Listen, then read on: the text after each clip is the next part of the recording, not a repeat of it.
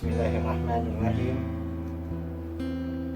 Ketahuilah wahai saudaraku bahwasannya kita hidup di dunia ini hanya untuk Allah subhanahu wa ta'ala. Siapa yang hidup untuk Allah, maka ia akan terhormat. Siapa yang hidup bagi dirinya sendiri atau untuk egonya sendiri, maka dia telah menyembah kepada hawa nafsunya dan telah melakukannya untuk setan. Kita telah diperintahkan dan misi utama kita adalah untuk mencegah kejahatan dan kemungkaran, beramar ma'ruf nahi munkar. Setiap agama, bahkan setiap nabi datang untuk menyingkirkan dan mencegah kemungkaran, karena kemungkaran adalah salah satu daripada pekerjaannya setan. Orang-orang Rabbaniyun, yaitu orang-orang yang di jalan Allah subhanahu wa ta'ala, yang merupakan orang-orang soleh, datang untuk menyelamatkan manusia dari tangan-tangan setan dan untuk menyelamatkan mereka agar mereka tidak terjatuh ke dalam samudra-samudra kemungkaran.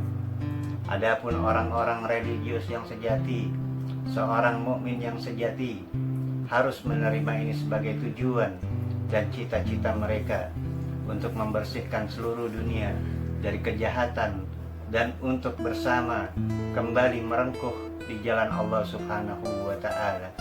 Manusia tidak akan pernah meraih apapun dari nikmat ilahiyah di dunia maupun di akhirat hingga mereka memahami perkara ini. Ayuhal ikhwani, kita harus memihak dan kita harus bergabung kepada orang-orang yang melawan anti komunis dan ateis. Inilah politik kita. Kita bergabung dengan orang-orang yang memiliki kitab suci daripada Allah. Kita tidak pernah bergabung dengan orang-orang yang menolak dan menyangkal kitab suci, yang menyangkal perintah dan aturan Allah subhanahu wa ta'ala. Oleh sebab itu, politik kita adalah tidak bersama dengan komunis atau dengan ide-idenya komunis, yaitu idenya orang-orang yang tak percaya Tuhan atau menolak adanya Tuhan di muka bumi ini. Adapun muslim sejati adalah pengikut daripada Nabi Shallallahu Alaihi Wasallam. Di dalam sejarah, Nabi Shallallahu Alaihi Wasallam bergabung dengan para ahli kitab, yaitu setiap orang yang diberikan kitab suci. Nabi Shallallahu Alaihi Wasallam tidak pernah bergabung dengan orang yang tidak percaya Allah yang Maha Besar. Adapun yang terpenting ayuhal ikhwani di saat ini adalah setiap orang harus mengetahui siapakah temannya dan siapakah musuhnya. Siapapun yang datang kepada Islam atau siapapun yang percaya kepada Allah haruslah tahu siapa yang melawan Tuhan kita. Kita tahu musuh terbesar kita adalah setan dan seluruh pengikutnya. Adapun komunis tidak hanya melawan kita ayuhal ikhwani, tetapi juga komunis melawan Tuhan kita. Antum harus pahami hal tersebut. Alasan manusia dicipta adalah hanya untuk beribadah dan menyembah kepada Allah subhanahu wa ta'ala.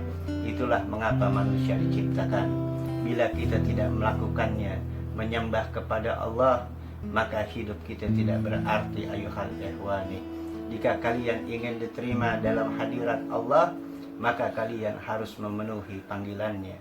Jika orang-orang tidak menjaga aturan tersebut, yaitu melakukan penghambaan kepada Allah setiap hari, maka kehormatan kita sebagai manusia akan hilang dan manusia mempunyai citra yang buruk di mata Allah subhanahu wa ta'ala. Ketahuilah wahai saudaraku bahwasannya bahkan ketika Fir'aun mengaku dirinya Tuhan, iblis berlari dan menggigil ketakutan. Karena apa ayuhal ikhwani? Karena iblis mengetahui akan turunnya kemurkaan daripada Allah subhanahu wa ta'ala. Antum bayangkan, bahkan iblis pun mengakui adanya Tuhan di muka bumi ini. Sementara sebagian daripada manusia karena kebodohannya, karena kesombongannya, karena keangkuhannya tidak mengakui adanya Tuhan ayuhal ikhwani. Adapun kita sebagai bangsa Indonesia mempunyai sejarah yang kelam terhadap komunis di muka bumi ini. Di masa-masa yang lalu kita telah mempunyai sejarah yang kelam. Oleh sebab itu ayuhal ikhwani, jangan sampai ini terulang kembali. Kita belajar belajar daripada sejarah. Allah Subhanahu wa ta'ala mengatakan di dalam Al-Quran, "Faksusil qasasa la'allahum yatafakkarun." Ceritakanlah olehmu akan sejarah dan sejarah. Agar kenapa ayuhal ikhwani? Agar mereka berpikir, agar kita berpikir. Belajarlah daripada sejarah. Kenapa bangsa ini dipuji oleh bangsanya sendiri? Kenapa bangsa ini dicaci oleh bangsanya sendiri? Ini sejarah yang bercerita ayuhal ikhwani. Adapun para pendahulu-pendahulu kita, para pahlawan, para salaf salihin sudah berjasa kepada kita sampai kita bisa hidup di zaman ini dengan membawa syariat agama. Kita bersyukur kepada Allah Subhanahu wa ta'ala akan hal tersebut. Hanya bangsa yang berbudi yang tahu budi orang. Hanya orang yang berbudi yang menghargai budi orang. Jangan hanya kita hanya pandai makan jasa ayuhal ikhwani, tapi haruslah pula kita pandai berjasa.